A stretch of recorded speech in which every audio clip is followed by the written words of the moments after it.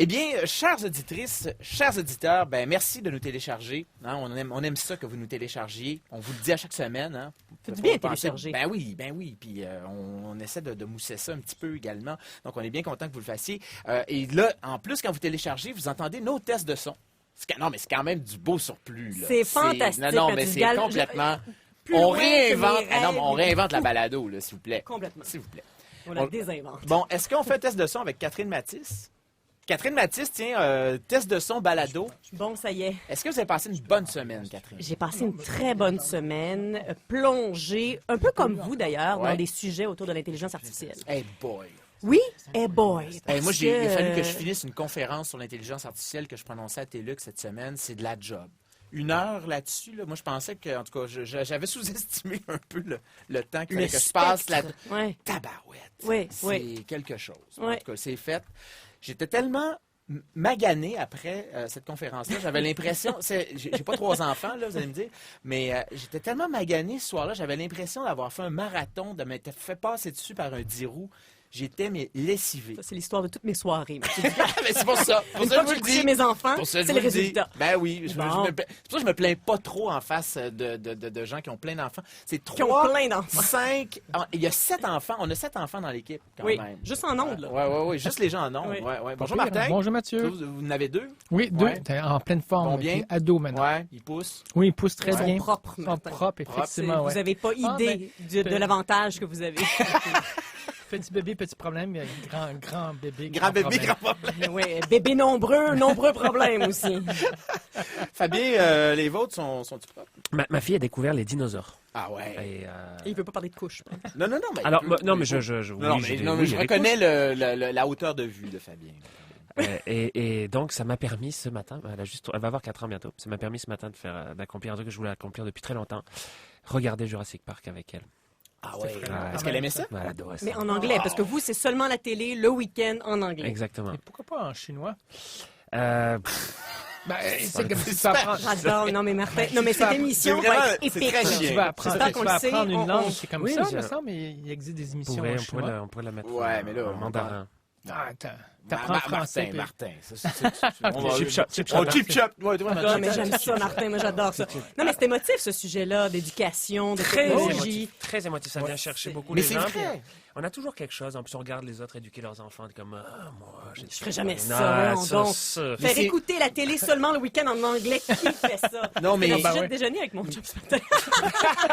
Mais c'est vrai que l'éducation, mais on rit, non. mais c'est vrai qu'on touche dans des domaines extrêmement sensibles. Ouais, là. ouais. Oui, c'est Mais vrai. elle regarde pas de patrouille, hein, vous inquiétez pas. En anglais, mais elle regarde pas de patrouille. Oui, ben, il faut qu'elle appartienne à son époque, tout de même. C'est Mais quoi, moi- pas de patrouille?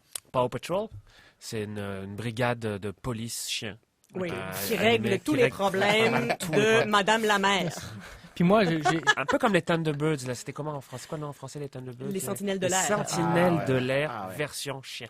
Ah ben, je vais mettre ça dans mon, Et dans ma liste. Noël dernier, trouver des Paw Patrol était assez compliqué comme dans un magasin. Bon, ben ça met la table. Vous écoutez La Sphère. Oui, c'est la Version sphère, balado. mais c'est une version balado. C'est notre plus-value. C'est notre plus-value. On est en studio avec nous Thierry Carsanti. Bonjour Thierry. Bonjour Mathieu. Thierry, quand on parle de ces choses-là, effectivement, est-ce que vous qui en faites votre Votre opinion sur la patte patrouille. votre Thierry pain Carsanti. et votre beurre, est-ce qu'effectivement c'est un sujet sensible? Est-ce que vous le voyez dans vos recherches, ça, cet aspect sensible de l'éducation? Les pattes patrouilles. Ben ouais aussi, mais qu'est-ce qu'on fait regarder aux enfants, le temps d'écran, toutes ces choses-là? C'est certain que le temps d'écran revient beaucoup quand on parle de technologie. Ça inquiète beaucoup les parents. Ouais. Et chacun aimerait avoir exactement combien de La temps recette. d'écran. Ouais. La recette. Vous allez régler ça aujourd'hui. là? Exactement. Bon. Aujourd'hui, on vous donne le chiffre magique. S'il vous plaît. Donnez-nous un chiffre, s'il vous plaît. En tout cas, moi, je me suis rendu compte que j'étais bien mieux d'avoir lu votre livre, Thierry, en version papier, parce que j'ai renversé une bouteille d'eau solide dessus. Je pense C'était un iPad. Je pense qu'un iPad, Ouais. c'était terminé. Et il n'a pas d'enfant. apprends. Imaginez. C'est moi l'enfant. J'ai de la misère à m'occuper de moi, fait que j'en aurais pas, hein, ça va être ça. Donc, apprendre et enseigner et apprendre avec le numérique, le livre dont on va parler tout à l'heure. Et on a aussi en studio avec nous, vous allez les entendre tantôt, ceux qui nous écoutaient en balado-diffusion, parce qu'elles en font de la balado-diffusion. Et on est très content de recevoir ces jeunes-là de l'école Pierre Dupuis. C'est Marie-Pierre Magnan et Daphné Turmel-Rankin, ou Rankin, est-ce qu'on dit? Rankin. Daphné Turmel-Rankin. Salut les filles. Ça va? Oui? Pas trop stressé? Bon, super, vous allez voir, ça sera pas Ils ont pire. l'air vraiment zen. Oui, vraiment, vraiment. Ben, ils sont quand même bien accompagnés. Hein. Il y a Sébastien Ross et Patrick Leary de l'école Pierre Dupuis qui sont là, avec qui ils vont nous parler de leur projet. On va parler de leur projet pédagogique qui est quand même assez intéressant, merci. Ils font toutes sortes de choses très, très techno à Pierre Dupuis et c'est tout juste ici à côté de Radio-Canada. Et on a appris en les invitant, pour vous dire comment... On a un grand cœur. On ne savait pas qu'ils nous écoutaient dans leur école, qu'ils faisaient écouter la sphère nos balados à leurs étudiants et on les a invités pareil. Hein? Mais maintenant qu'on le sait, on est doublement content qu'ils soient là. Ben là, exactement. Alors donc, on a un décollage dans 4 secondes. Ici Mathieu Dugal, vous écoutez La Sphère.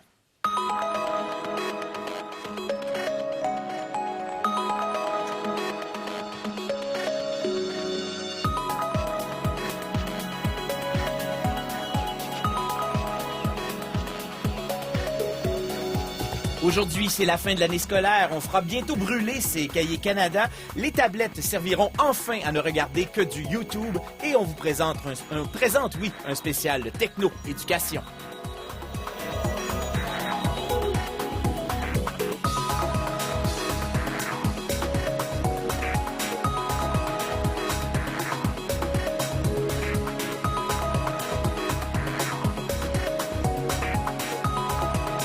Chères auditrices, chers auditeurs qui nous écoutez en direct du studio 25 de la maison de Radio-Canada, bienvenue, re-bienvenue dans votre heure de réflexion sur ce fabuleux monde de la culture numérique. Et avec moi depuis 6 ans. Vraiment longtemps. Fin de la 6e saison. La 7e s'en vient à grands pas. C'est grand prêtre du numérique au Québec et j'ai nommé grande prêtresse Catherine Voyons. Matisse Bonjour. et nos 2 oracles, Martin Lessard et Fabien Moi, Lezac. je suis agnostique. Agnostique, Moi, je suis ouais, agnostique c'est face ça. à Mais quand même, hein, les allez-vous? algorithmes sont prédictifs. Hein. On n'a pas besoin d'aller dans les... C'est vrai, dans les grands nombres pour dans chercher. les arêtes et les poissons, pour reprendre une anecdote d'Astérix. On va parler des techno-éducations. En fait, on n'a qu'un membre de l'équipe aujourd'hui dont les enfants terminent l'école. Martin, ça ressemble à quoi une fin d'année scolaire actuellement? Étonnamment, les miens étudient. Ils ferment la Contre toute télévision, attente. se mettent des horaires et je suis le premier surpris. Wow. On va voir Ben, que bravo, ça fonctionne Martin. très Vous bien. avez réussi, c'est quelque pas chose, mal. là? Je crois que c'est Avec eux. ou sans strap? Non, c'est vrai, par eux-mêmes, ils m'ont dit, OK, moi, quand je rentre à 6 heures, je suis plus sur Internet, j'étudie, puis à Wow. 9 heures, je me couche. Ben oui, mais là- Ils dépassent un peu, mais bon. On peut pas étudier sur Internet? Oui, ils gardent. Non, c'est l'accès Internet, c'est le oui. diable, Fabien. Comment vous le Ça dire fait depuis toutes partie ces du débat années? sur l'éducation. Ben, d'ailleurs, ce sera le sujet de la chronique de Fabien aujourd'hui. Ben, c'est Donc, non. bref, c'est- vos enfants sont des parangons de vertu. Ah ouais, je suis très fier. Ben là, on les salue. Est-ce qu'ils nous écoutent d'ailleurs? Non? Pas toujours, non, vraiment, c'est ça. Non, c'est leur père, ça ne les intéresse pas. là. Il y a beaucoup de gens qui sont en train de culpabiliser en ce moment Martin, à cause de vous. Eh bien, on salue tous les parents qui ont à faire justement cette discipline-là. C'est pas toujours facile. Jauger le temps écran, la supervision des devoirs, ça devient... c'est quand même un sport assez complexe. Et quelqu'un qui s'y intéresse à ce sport-là, c'est Thierry Carsanti. Bonjour Thierry. Bonjour. Thierry, on a commencé notre année 2017 avec une émission spéciale où on est allé à Clare, au Nouveau-Brunswick. D'ailleurs, Martin et moi avons fait un beau voyage de couple. C'était vraiment...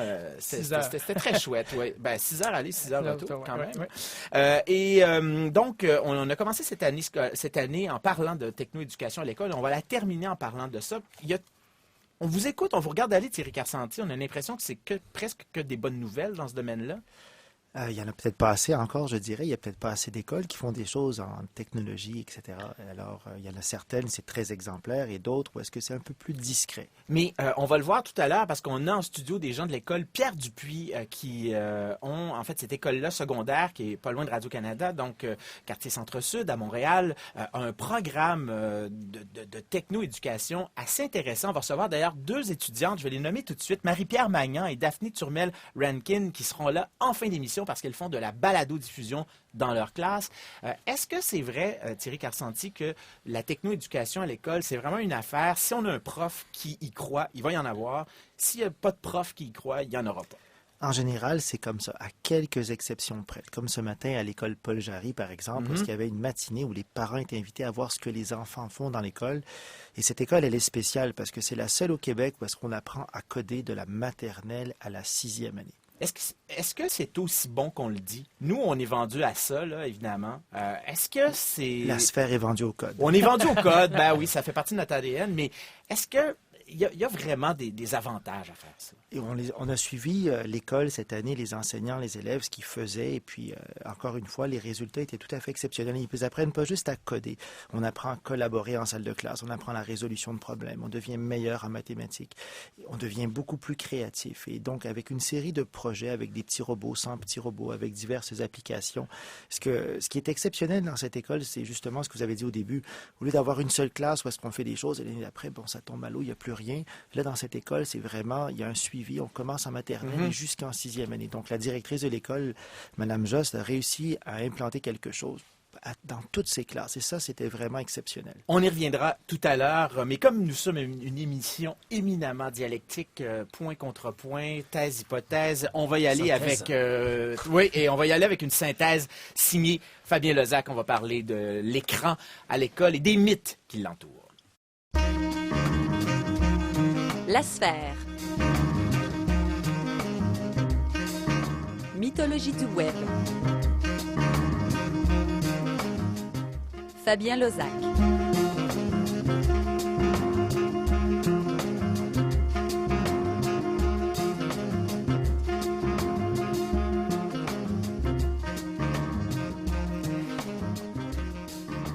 On pourrait dire de cette histoire que c'est l'homme qui a vu la tablette et ça se passe dans la Silicon Valley. Il y a plein d'histoires. On sait que la techno, c'est beaucoup de narration, de storytelling. En 1943, Jean-Paul Sartre écrivait L'être et le néant. Et vous intitulez votre chronique aujourd'hui, cher Fabien, L'école et l'écran. Est-ce qu'il y a un lien avec ce Sartre? livre célèbre? Non, mais sans commune mesure, mon talent est bien loin de celui de Jean-Paul Sartre ou encore de Martin Heidegger. Bon, désolé, je voulais pas vous envoyer Non, mais comme ça un ballon dans les jambes avant la Ce n'est chronique. que Fabien Lozac, le Mathieu. Oui, mais quand même, docteur, faut-il le On peut rappeler. faire mais- confiance à Catherine pour aussi m'envoyer des ballons. Ah, Catherine est très bonne mais- là-dedans, mais- oui. Elle en fait sa carrière.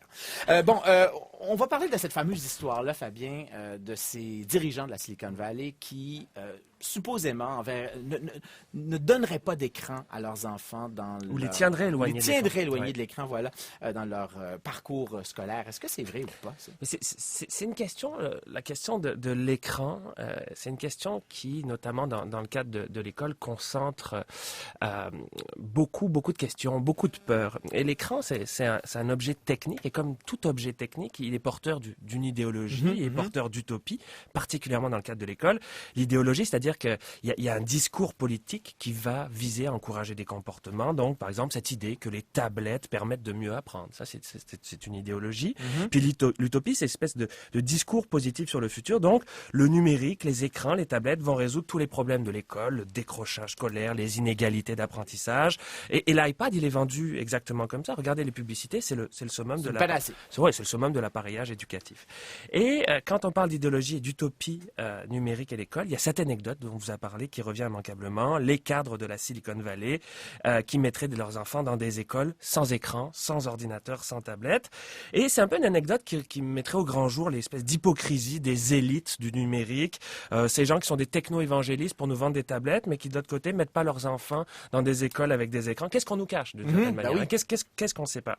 Et cet argument-là, il repose principalement sur un seul article du New York Times. Un seul article, c'est un article du New York Times qui est daté d'octobre 2011 et qui raconte que, justement, des cadres de eBay, Yahoo, Google, Apple, Hewlett-Packard mettraient leurs enfants dans des écoles Waldorf. Les écoles Waldorf, c'est une espèce de pédagogie alternative. Je ne vais pas reprendre l'histoire de ces écoles-là.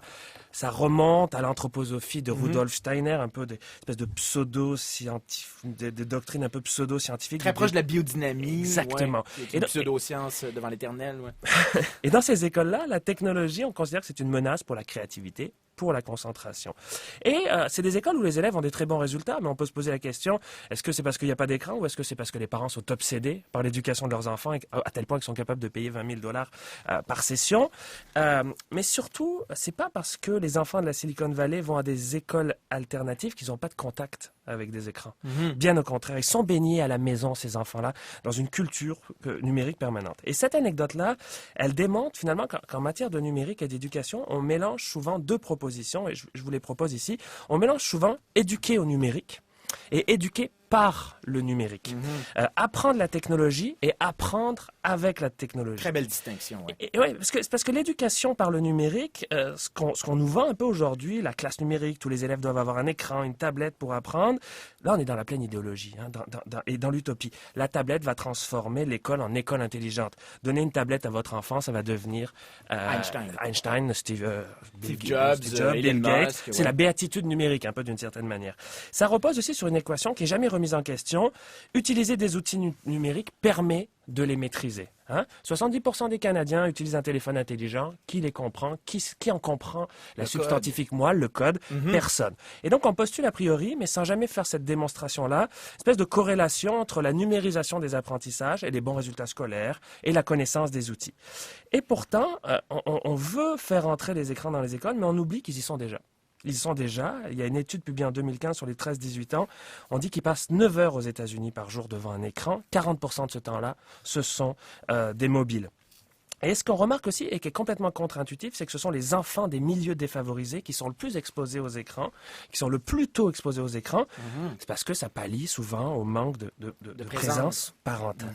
Et on a ici une étude qui est très souvent citée, celle-là, une étude de l'OCDE sur les compétences numériques des élèves, qui montrait que les élèves qui utilisaient très souvent des écrans à l'école obtenaient des résultats inférieurs dans la plupart des apprentissages en littératie et en numératie. Littératie, savoir lire, comprendre un texte, et numératie, savoir compter, faire résoudre un problème complexe. Et ces deux notions, elles sont importantes parce que ce n'est pas la littératie et la numératie d'un côté contre le numérique. C'est vraiment pas ça où c'est que je veux aller.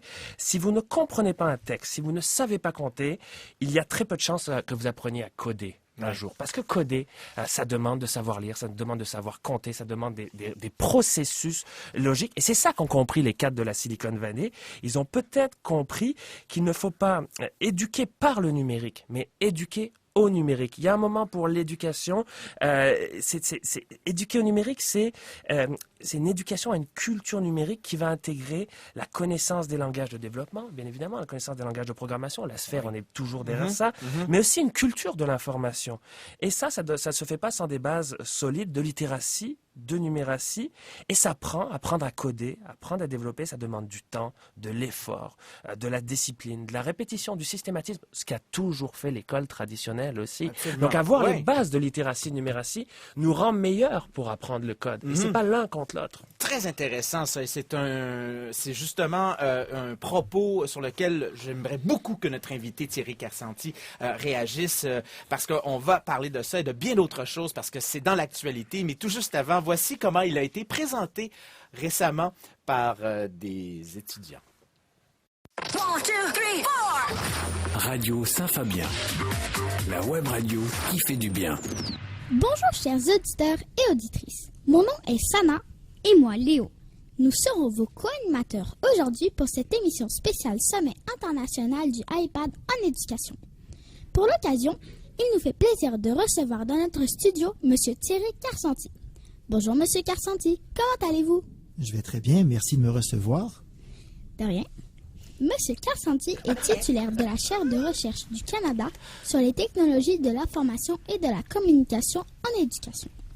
Dans son travail, il cherche à mieux comprendre l'utilisation et l'impact qu'ont les technologies en matière d'éducation, tant du point de vue de l'élève que de l'enseignant.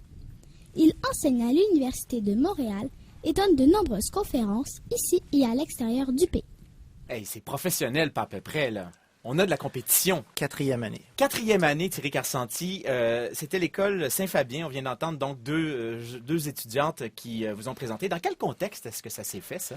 Écoutez, on avait un colloque pour des enseignants sur le sommet du numérique et de l'iPad, et puis on a invité justement cette classe de 4e année à venir faire des entrevues radio, et c'est eux-mêmes qui font les entrevues, qui se préparent en googlant ce qu'ils peuvent trouver sur les personnes et qui font le montage ensuite de ça. Je rappelle que vous êtes directeur du Centre de recherche interuniversitaire sur la formation et la profession enseignante. Vous êtes aussi titulaire de la chaire de recherche du Canada sur les technologies de l'information et de la communication de l'éducation et finalement professeur titulaire de la Faculté des sciences de l'éducation à l'Université de Montréal.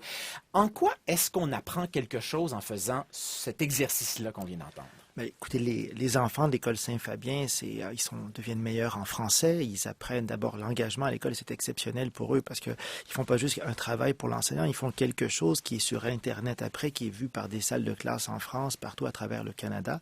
Et donc, nous, ce qu'on voulait quand j'ai découvert ce qu'ils faisaient comme travail, et ça fait plus de 3 ans qu'on va rendre visite à l'enseignant. Et là, c'est l'école où est-ce qu'il y a l'enseignant qui fait quelque chose d'exceptionnel en 4e année. Puis après ça, pour les élèves, il y a un peu moins, disons, d'engagement. Mais donc, on est allé le voir, on les a invités et on avait ces petits qui se promenaient dans les couloirs de cette conférence pour les enseignants et qui faisaient des entrevues à gauche et à droite avec les personnes qu'eux-mêmes avaient choisies.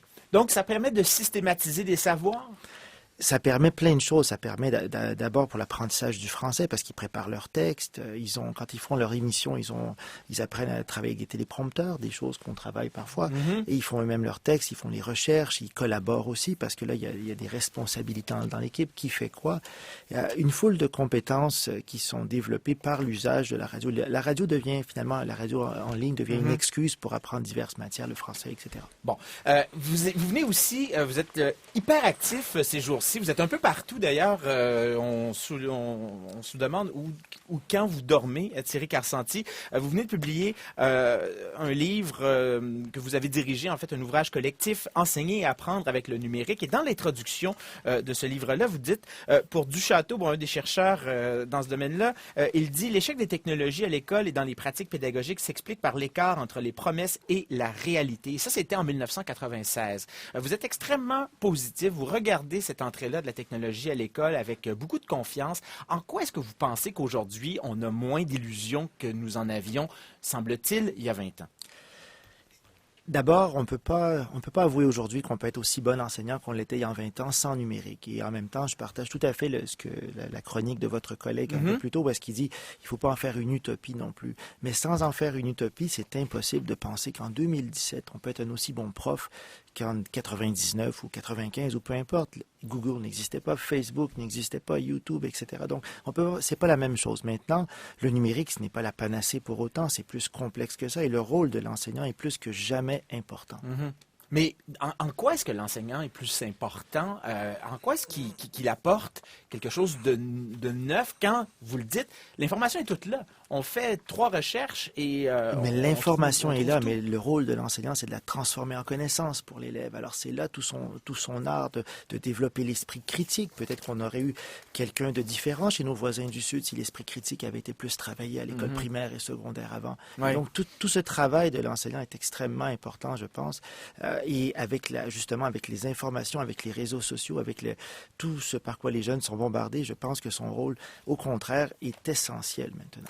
Il y a plusieurs aspects dans ce livre-là. D'ailleurs, il y a pour les professeurs, en fait, qui voudraient avoir une technique sur comment enseigner de la balado-diffusion. Vous avez un chapitre, d'ailleurs, où vous expliquez comment faire des bonnes balados en classe. C'est vraiment très pédagogique, là. Ça, c'est vraiment votre chapitre, vraiment le do-it-yourself. Faites-le par vous-même, là. C'était quelque chose d'intéressant, puis on croit fermement dans la balado-diffusion, entre autres, dans ces initiatives qui mettent un peu de magie dans les salles de classe, que ce soit au primaire, au secondaire ou ailleurs.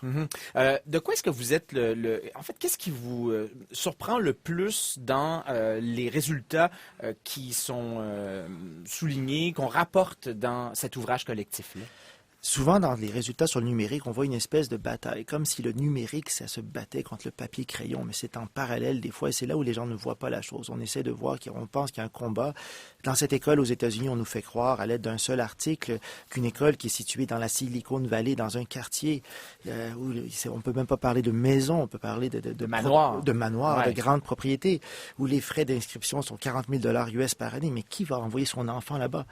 Alors, une école où est-ce qu'on est contre les écrans, dit-on, mais sur le le site de l'école, on parle quand même de technologie, mais on est contre les vaccins. Ça, on le dit moins aussi dans la même école. Alors, donc, c'est pas aussi simple que ça.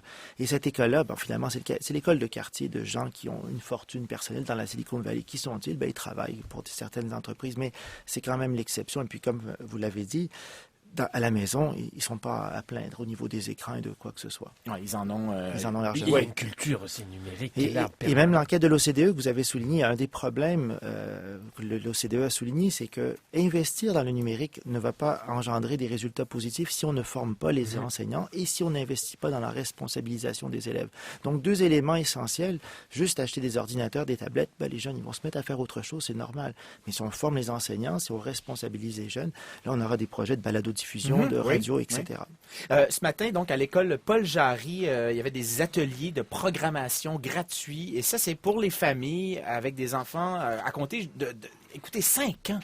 On sait à peine, on connaît à peine ces chiffres à cet âge-là.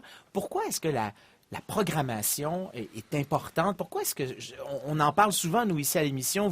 Vous êtes chercheur là-dedans, vous envoyez des recherches, vous êtes capable d'avoir un regard critique par rapport à ça. Pourquoi c'est si important que ça? Pourquoi ça revient si souvent? Alors, je ne sais pas si vos collaborateurs seront d'accord, mais on est envahi de codes tout autour de nous, les téléphones, quand on fait des recherches sur Internet. Et au lieu de subir le code, mieux vaut à ce moment-là apprendre à le maîtriser. Et ce que les jeunes apprennent rapidement à l'école Paul Jarry, c'est qu'ils deviennent maîtres un peu de leur destinée. Ils apprennent à voir, j'arrive à programmer un robot, j'arrive à lui faire des choses, ce n'est pas magique. Et c'est incroyable de voir la progression. On a réussi à amener dans leur école un robot humanoïde que ailleurs dans le monde, il n'y a que des étudiants universitaires qui arrivent à programmer. Nao, justement. D'ailleurs, vous êtes passé ici dans une autre émission à Radio-Canada. Ça a été un méchant hit. Ça a été quelque chose d'intéressant.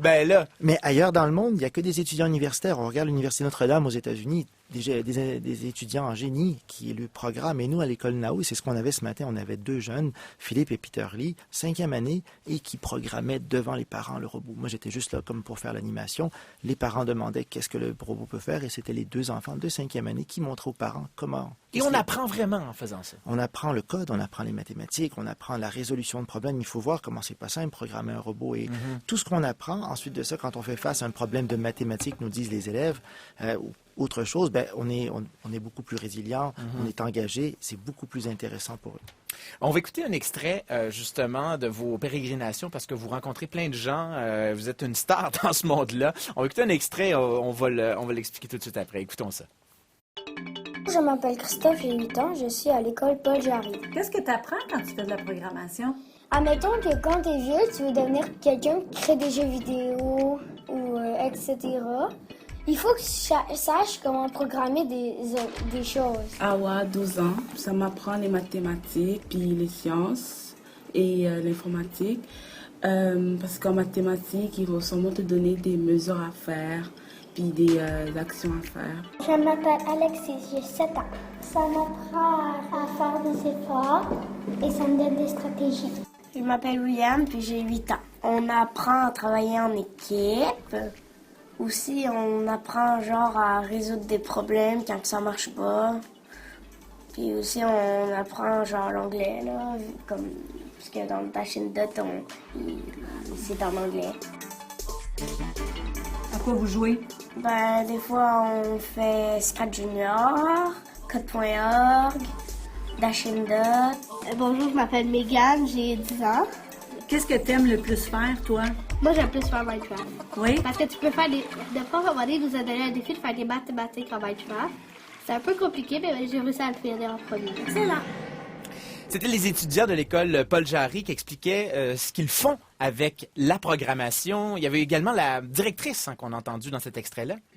Écoutez, ils ont expliqué dans leurs mots les avantages un peu d'apprendre la programmation, des stratégies. On apprend à travailler en équipe, on résout des problèmes et ça nous aide en mathématiques et dans d'autres disciplines aussi. Minecraft, donc la dernière jeune fille qu'on a entendue disait, mais moi, Minecraft, j'apprends des mathématiques avec ça. On sait que c'est un jeu qui est immensément populaire. Pour les gens qui ne connaîtraient pas ça, dites-vous que c'est un peu l'équivalent de Lego, mais dans un monde virtuel. Donc, on crée à peu près tout ce qu'on veut en allant bûcher dans le bois et on se fait des choses assez extraordinaires. Et donc, pour vous, Minecraft est vraiment une solution pédagogique incroyable. sans être une panacée, comme dirait votre collègue. Mais oui, ça a été... à l'école Paul Jarry, on a mis en place un programme pédagogique Minecraft où les élèves avaient la possibilité de rester après l'école et on a regardé l'impact sur les jeunes durant l'année. Bon, d'abord, les jeunes ne voulaient plus quitter. Hein, c'était le soir à 5 heures et les parents se plaignaient à la directrice en disant « Je viens chercher mon enfant, il ne veut plus venir à la maison, il veut rester faire... » Wow! C'est comme exceptionnel. C'est exceptionnel. Mais en même temps, bon, c'est pas tous les jeux vidéo qui ont le même potentiel éducatif que Minecraft. Donc, Minecraft, c'est un peu des Legos. On construit des choses et on leur a donné des objectifs de construction d'un pont du Titanic. Ils ont fait des choses tout à fait exceptionnelles. On doit être bon en mathématiques et on doit être bon aussi pour savoir planifier stratégie. Il faut planifier qu'est-ce qu'on fait. Il y a 2 modes à Minecraft, un mode de création puis un mode de survie. Donc, c'est comme un Lego, mais un Lego, est-ce qu'on a la possibilité d'avoir des méchants qui viennent un peu détruire de temps en temps ce qu'on fait? Dans le fond, ce que vous nous dites, c'est que les écrans, ils sont là, on n'a pas le choix, on essaierait de les extraire de la vie de nos enfants et on ne serait pas capable. Et il faut, dans le fond, reprendre la fameuse phrase « If you can't beat them, join them ». Donc, on va leur expliquer ce qu'il y a derrière plutôt que d'essayer de l'interdire. Oui, en partie, mais en même temps, il faut quand même certaines balises. Parce que l'enfant, si tu le laisses sur Minecraft, certains pourraient y passer toute la nuit. Et donc, là, je pense qu'il faut quand même des balises et c'est aux parents de voir quel est le temps. On parlait du temps au début de l'émission. Quel est le temps idéal sur l'écran et puis quel est l'usage aussi. Parce qu'un temps à passer sur des jeux éducatifs, je me dis, pour moi, c'est plus positif qu'un temps à tuer des zombies pendant plusieurs heures, par exemple. Donc, il y a certains jeux qui ont entre un potentiel éducatif intéressant, d'autres, le potentiel, un peu moins évident. Ouais, mais quoi que tuer des zombies, hein, il ne faut pas sous-estimer son plaisir. Merci beaucoup, Thierry Carcenti. On vous garde en studio parce qu'on va maintenant parler d'expertise québécoise et de technologie qui pourrait éventuellement tuer l'éducation. Et ça va être Martin Lessard, mais auparavant, ce sera Catherine Matisse.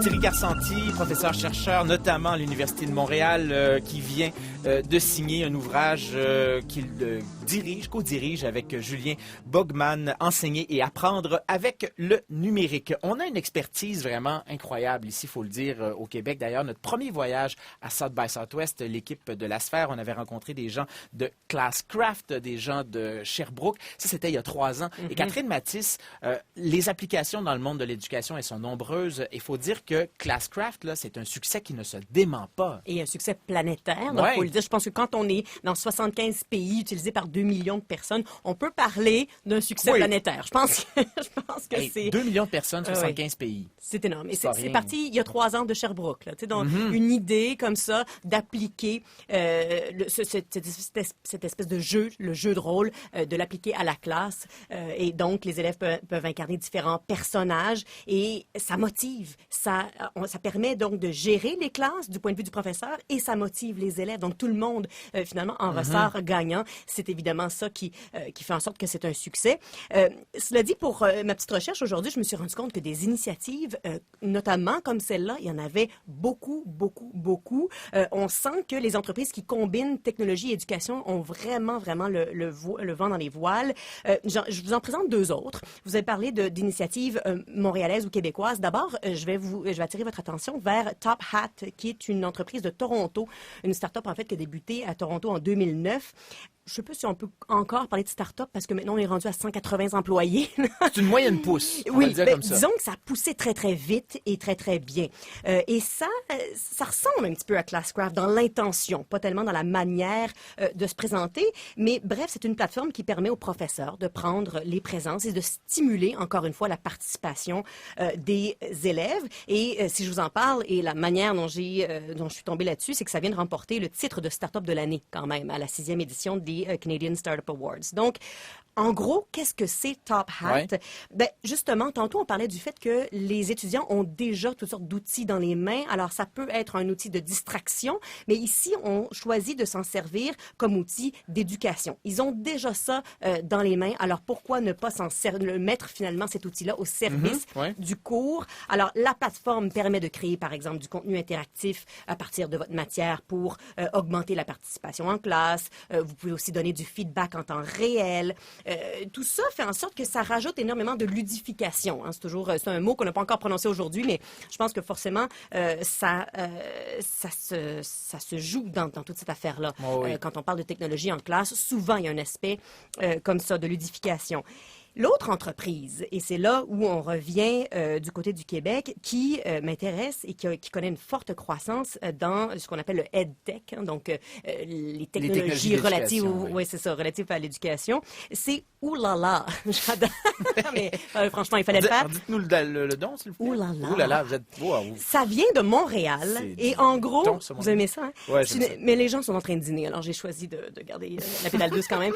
C'est une application mobile et ça regroupe toutes les informations pertinentes. Là, on est vraiment plus dans le milieu universitaire, mais ça regroupe toutes les informations pertinentes qui ont relatives à votre parcours universitaire. Donc, si vous avez été à l'université récemment ou en tout cas même il y a longtemps, de tout temps en fait, j'ai l'impression que c'est un labyrinthe, un site web d'université. On s'inscrit sur une page, on fait son horaire sur une autre page. Si on veut certaines autres informations, c'est sur une autre page encore.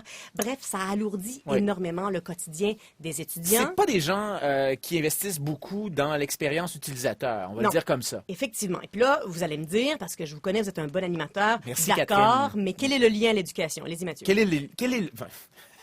Vous m'avez désarçonné, là! Non, je Voyons, mais c'est quoi ça? Catherine, quel est le lien à l'éducation? Quel est le lien à l'éducation, Catherine? L'idée, c'est que derrière cette application-là, si vous n'êtes plus à l'école, évidemment, vous n'apprendrez plus grand-chose. Dans un article de la Gazette que j'ai consulté cette semaine, je lisais que 20% des étudiants universitaires ne terminent pas leur diplôme. Et le lien avec tout ça, c'est que justement, le rapport entre l'université et l'étudiant est à ce point compliqué à travers des sites web et des applications diverses que finalement, les universités ont du mal à intervenir auprès des étudiants avant le décrochage parce qu'il n'y a pas de lien direct. Et donc, Oulala fait le pari qu'en rendant plus fluides les interactions numériques entre l'étudiant et l'université, on pourrait en retenir davantage. C'est le pari. Parce que chaque institution peut modeler Oulala à son image. C'est-à-dire que là-dessus, on retrouve des forums de discussion, des contacts directs avec les professeurs, les informations pratiques sur vos cours, c'est où, c'est quand, ça se passe comment, de l'information sur divers aspects là, de votre parcours étudiant en général. Et le pari, c'est effectivement si on augmente votre espèce d'engagement envers votre institution et votre cursus scolaire, que vous allez davantage peut-être rester jusqu'à la fin. Ça semble en tout cas répondre à un réel besoin. Ça aussi, ça devient de plus en plus populaire. Il y a déjà près de 200 institutions qui sont partenaires dans 8 pays. Et là-dedans, pas les plus petites. L'école de droit de Harvard, de Rutgers, McGill ici à Montréal, qui a été d'ailleurs l'une des premières universités à adopter cette application-là. Donc bref, il se fait énormément d'applications autour de l'éducation. Parfois, c'est en classe justement pour améliorer le contact des étudiants et l'engagement en classe. Oui, et des professeurs. Mais d'autres fois, c'est pour tout ce qui tourne autour de l'éducation également. Mais comment on fait, Thierry Carcenti, pour départager le bon grain de livret là-dedans? Parce qu'il y a beaucoup de marchands du temple, hein, on le sait que, et nos systèmes d'éducation ne roulent pas sur l'or. Comment on réussit on est une direction d'école, là, on est face à ça. On peut se sentir un peu pris au dépourvu, non? On se sent pris au dépourvu, mais on a Internet et on peut regarder un peu ce que d'autres ont fait. Et des applications comme Classcraft, par exemple, on va utiliser dans plus de 20 000 salles de classe. Et là, on peut se dire, bon, il y a plusieurs enseignants qui racontent leurs témoignages en ligne. On peut voir, OK, ça rend l'apprentissage plus ludique, plus intéressant. Si j'ai un problème de motivation dans mon école primaire, ben peut-être que Classcraft, sans être la panacée, peut-être que ça peut être une solution. Oulala, l'idée, c'est un peu plus complexe. On a des étudiants universitaires qui décrochent. Là, on a un problème. Comment on peut résoudre cette problématique-là? Qu'est-ce qu'on fait? 20%, c'est beaucoup. Des fois, c'est plus dans certains programmes. Et donc, on s'est dit qu'en les connectant, peut-être que là, on va arriver à rester en contact avec eux. Puis, il y a plein d'autres initiatives comme ça qui sont tout à fait intéressantes. Une autre, est-ce qu'on on rejoint les étudiants par message texte, donc par une plateforme en ligne. Pourquoi? Parce qu'on sait qu'ils ont leur téléphone. Aller sur une plateforme, sur le portail d'une université, c'est compliqué pour certains, des fois. Oui, donc se servir des outils qui sont déjà là. Tout à Très fait. intéressant tout ça. Ben, merci beaucoup, Catherine Mathis. Et bien là, maintenant, on est dans des belles solutions pour venir en aide au système d'éducation et à l'éducation en général. Et bien là, on va parler de technologies qui pourraient éventuellement rendre tout ça complètement obsolète. Et ça, les mauvaises nouvelles arrivent généralement par la bouche de Martin Lessard. Et ce sera encore le cas aujourd'hui. On faisait des débuts, 120 quelqu'un arrête. Je laisse tomber ma plume, vite l'écran s'allume. Je rentre la disquette, il l'avale d'une traite. Mon cerveau résonne, l'ordinateur besogne. C'est un mariage de maison. On faisait des débuts, 120 quelqu'un arrête. Tu as connu ça, Martin? Non, Je je suis c'est trop votre jeune temps, ça. encore. C'est votre temps, ça. Moi, Les j'écoutais années pas de télévision. 80. Non, mais mes parents ne me laissaient pas écouter la télévision tout le temps. Ah non? Non, pas beaucoup d'écran. Contrôle de Ils l'écran. ont même contrôlé la télévision au point ils ont gardé la télévision noir et blanc assez longtemps pour pas qu'on ait le goût d'écouter la télévision. En tout cas, ça a marché. Ça a marché. Ils ont fait du monde Ouais, avec ouais, vous. ouais, ouais. C'est devenu Pas à peu quelqu'un, près. ouais, Pas à finalement. peu près. Les neurosciences pourront-elles rendre l'école obsolète? Et là, attachez votre tuque avec de la broche, parce que probablement qu'il y a bien des gens qui nous écoutent actuellement qui ont leur tuque. Bon mois de juin, tout le monde. Est-ce que ces neurosciences-là vont rendre les profs, l'école et tout ça obsolète? C'est ça. On se pose la question, est-ce qu'on doit encore envoyer nos enfants à l'école quand demain, on va juste se mettre un casque sur la tête pour apprendre tout ce qu'on veut? Les neurosciences ne sont pas encore rendues là. Les neurosciences ont toujours cherché à comprendre les activités du cerveau, donc quand même à changer la façon comment on peut apprendre demain. La pédagogie, la psychologie aussi, s'intéresse depuis plusieurs années à l'impact des technologies sur notre cerveau, donc sur l'éducation. Mais du point de vue des neurosciences, qu'est-ce que c'est un professeur? Un professeur, c'est un professionnel de la neuroplasticité.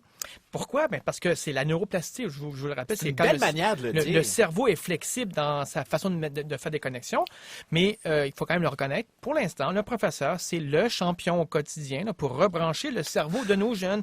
Puis effectivement, pour l'instant, on ne se le cache pas, les neurosciences n'arrivent pas à la cheville d'un bon professeur, mais il y a des belles promesses. Quand même.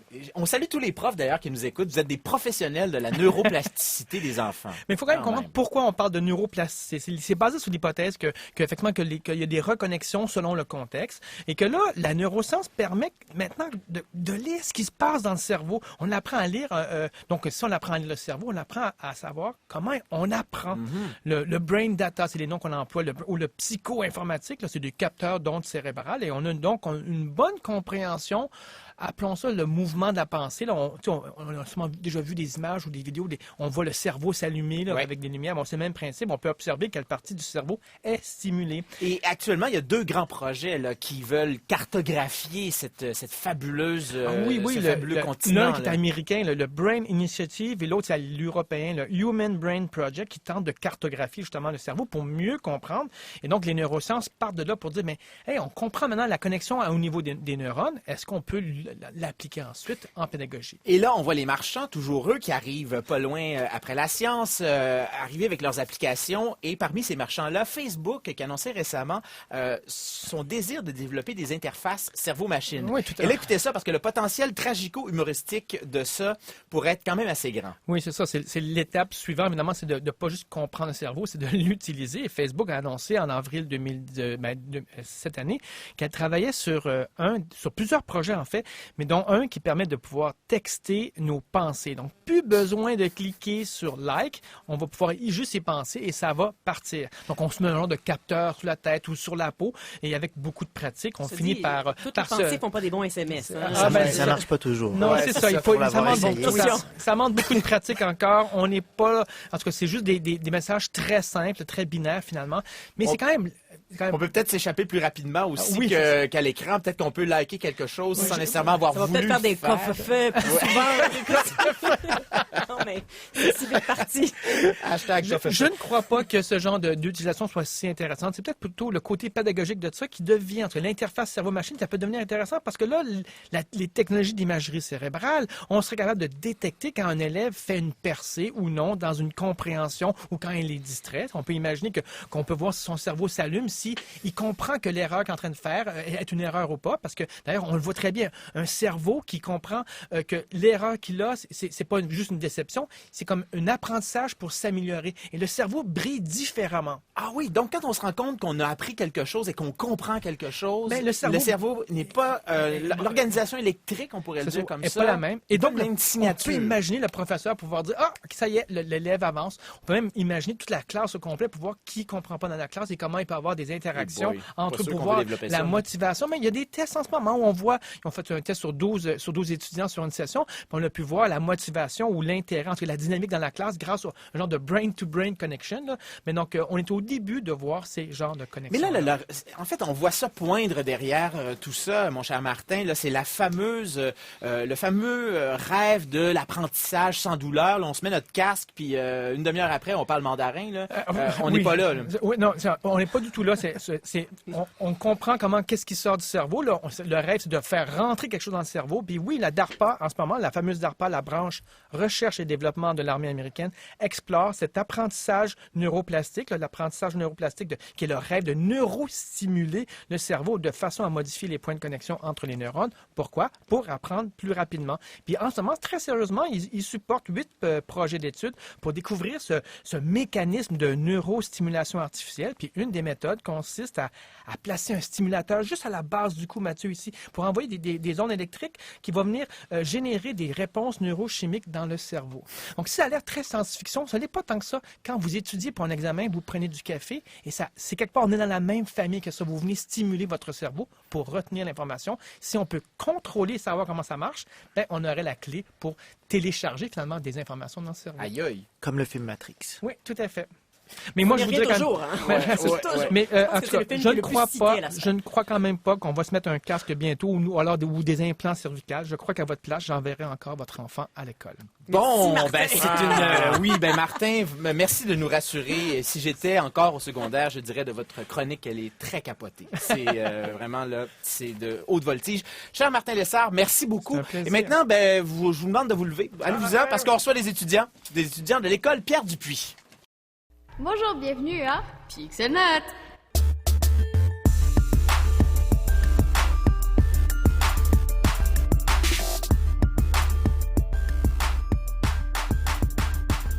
Alors, je suis en compagnie de Daphné Turman-Rankin. Et moi, en compagnie de Marie-Pierre Magnan. Hey! Donc, Daphné, on va voir pourquoi tu as bien retenu ce que je t'ai appris. Donc, qui est Peyo? Peyo est un artiste belge qui a fait plusieurs ouvrages, dont Les Schtroumpfs, qui a commencé en 1958. Excellent, Daphné, 100%. Yeah! À plus! Ouais, mais en tout cas, votre co-animation est plus relaxe que ce que je vis ici aujourd'hui. Prendrez des notes, là, dire bravo Mathieu, vous êtes bon, bravo 100%. Ben, tantôt, je vous ai dit que vous étiez un brillant animateur. Okay. Quand même, il faut noter les compliments. On dirait que je les oublie, ça. Oui, on dirait. Bon. Salut les filles, Marie-Pierre et Daphné de l'école Pierre Dupuis. Rapprochez-vous de votre micro. Alors voilà, comme ça. Ça vient d'où cette balado-diffusion-là? Tiens, on va commencer avec Daphné. En premier, ça a juste été moi puis elle. Puis on s'est juste dit de quoi est-ce qu'on parle. Puis on a mélangé en fait de nos passions. Marie-Pierre qui aime beaucoup les jeux vidéo. Puis sinon moi qui aime beaucoup la musique. Donc on a juste décidé de mélanger les deux passions puis d'écrire. Et c'était dans quel cours que vous avez fait ça? En fait, c'est dans le cours d'art dramatique parce qu'on n'a plus de cours en initiation à la technologie. Donc, on fait ça dans le cadre de notre cours d'art dramatique. Parce que là, vous êtes en secondaire 4, à l'école Pierre Dupuis, pas loin d'ici à Radio-Canada, dans le Centre-Sud. Et donc, vous avez, depuis votre début de parcours au secondaire, vous êtes on pourrait dire, dans un parcours techno. Est-ce que vous l'aviez vraiment choisi? C'est ce que vous vouliez faire au début quand vous êtes entré au secondaire, Daphné? Moi, j'ai embarqué dans le projet en secondaire 3. OK. J'ai préféré faire du sport à la place de faire de la technologie. Mais en arrivant en Arabas, c'était un choix. J'ai décidé, je me suis dit OK, je vais faire ça, non seulement pour faire de l'apprentissage multimédia, mais aussi pour avoir un peu de la matière scolaire un peu plus avancée. Là, mais... Ça s'appelle Arabas. Puis qu'est-ce qu'on apprend dans Arabas, par exemple? Marie-Pierre, toi, est-ce que tu as commencé dès secondaire 1 dans ce projet-là? J'ai commencé à partir de secondaire 2. Mais en fait, ce qu'on apprend, c'est dans le cadre du cours d'initiation à la technologie, on apprend comment ça marche, on apprend plein de programmes différents pour faire comme la même chose. Mm-hmm. Puis c'est surtout en fait que nos cahiers sont sur l'ordi au lieu d'être des cahiers papier. Est-ce que vous avez fait du codage, par exemple? Oui. Ah ouais? Quel genre de codage? Codage HTML pour les pages sur des sites web. Ah ouais, fait que vous êtes capable de faire vos sites web. Ouais. C'est quand même beaucoup plus que bien du monde qui nous écoute et même bien du monde dans l'équipe aussi. Même ben du monde derrière ces micros. C'est ça, exactement. Qu'est-ce que vous voulez faire avec ça? Là, vous avez fait, par exemple, de la balado cette année. Vous avez fait du code. Est-ce que ça, c'est quelque chose qui est, par exemple, de nature à vous intéresser à aller dans des domaines de la technologie? Marie-Pierre. Ben, moi, oui, parce que j'aimerais ça aller dans le monde comme du cinéma, faire du montage ou de la réalisation. Donc, c'est vraiment quelque chose qui m'intéresse. Donc, tu as commencé finalement tout de suite, là, en fait, au secondaire, à faire du montage, à faire ce genre de choses-là. Oui. Ah oui. Toi, Daphné, est-ce que tu vas aller là-dedans?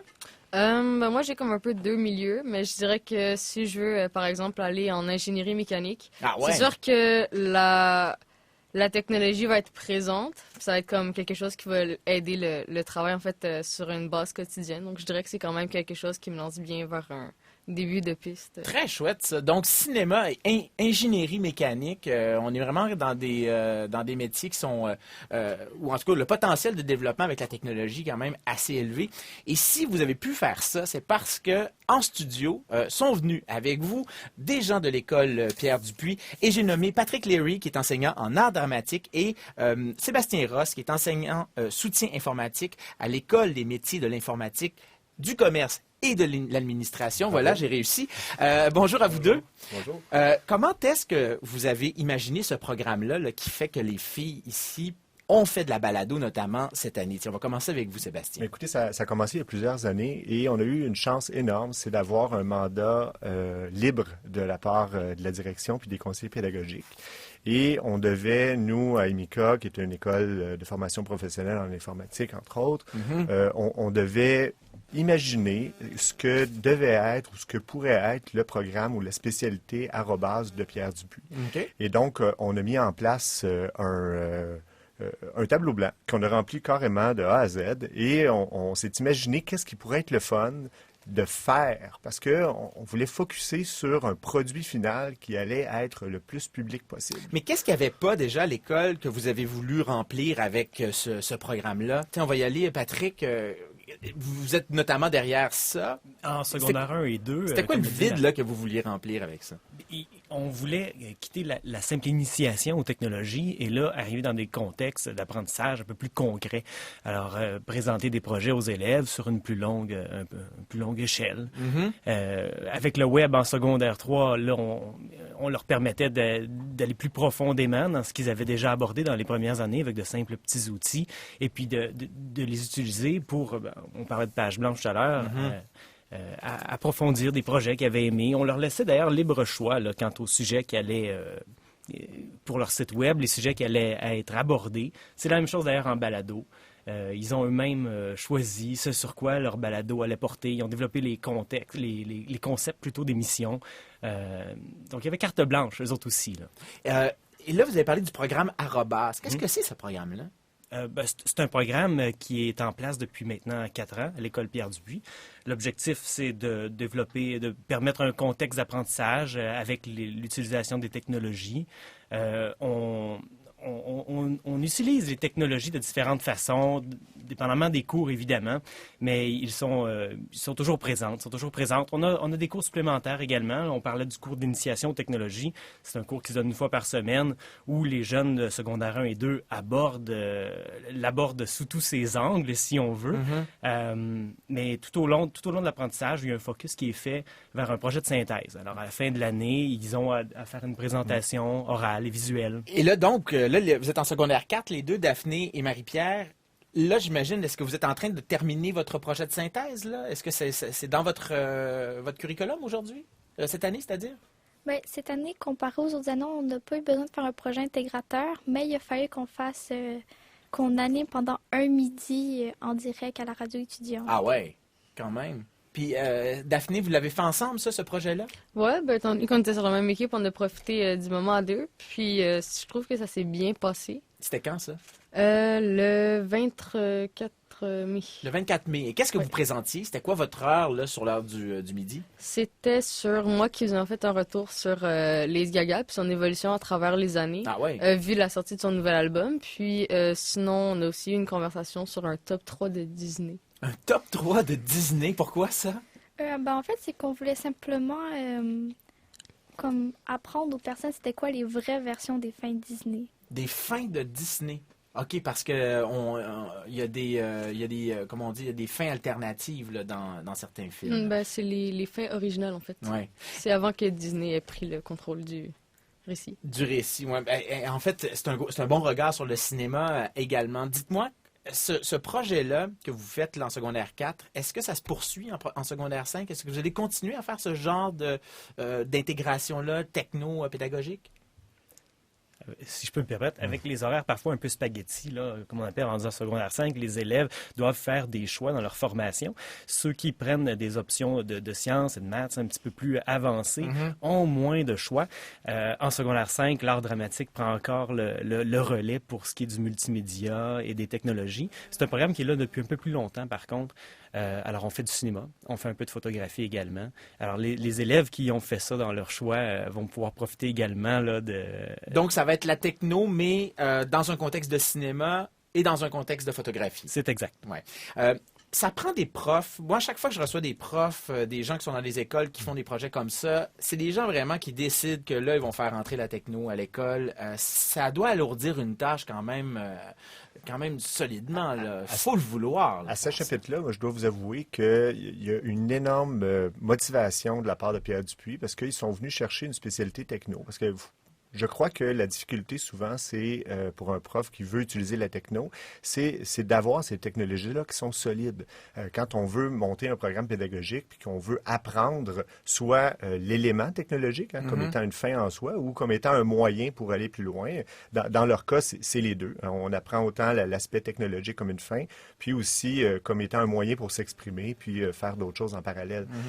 Il faut que cette technologie-là soit très forte. Donc, l'association entre les deux écoles, puis je crois que c'est le côté innovant un peu du projet, c'est ça, c'est de pouvoir dire, j'ai un enseignant qui est Patrick, qui lui va s'assurer de conduire le bateau, là, principalement, c'est lui qui est le capitaine, et puis moi, je vais être le gars des machines, qui va s'assurer de réparer le moteur quand il est brisé, puis de fournir tout l'aspect technologique qui... vous n'êtes pas sans savoir, là, qui peut dérailler. Qui déraille souvent. Oui, c'est arrivé même à des candidats à la présidence des États-Unis. Ça prend des plans B, des plans C, puis c'est ça que j'apportais. Absolument.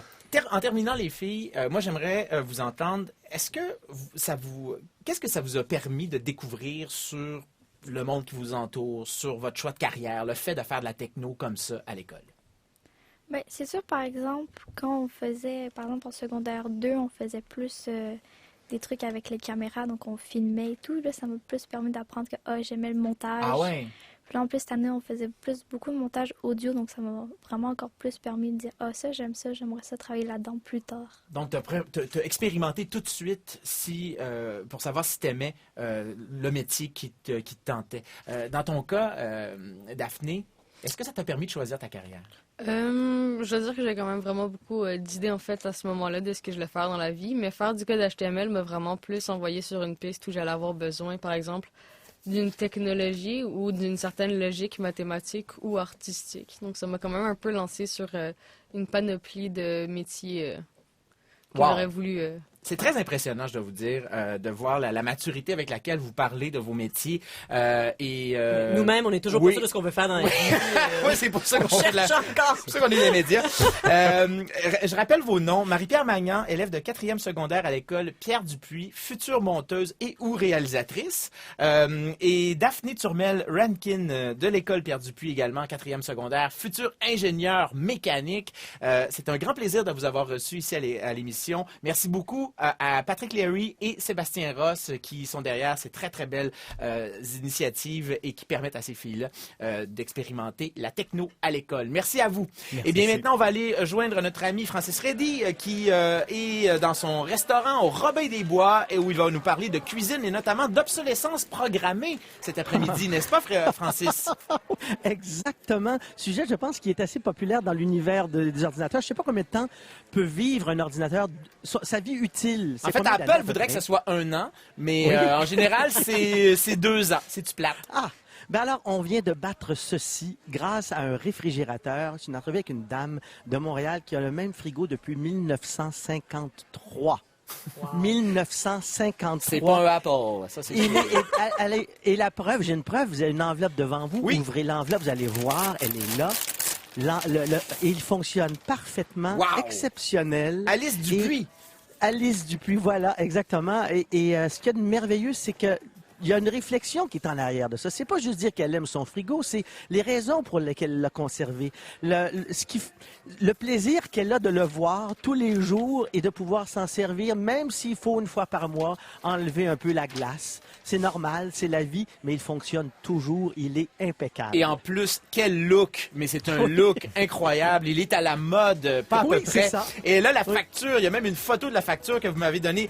251,79 pour un frigo. C'était en 1958. On va écouter cette belle histoire-là, cher Francis, dans votre émission qui nous suit dans quelques minutes. On n'est pas sorti de l'auberge. Merci, Francis. Bonne émission. Merci, Mathieu. Merci à vous tous qui nous suivez chaque samedi. On est toujours très contents de vous savoir là. On se voit sur les réseaux sociaux ou samedi prochain, 13h. Bye bye.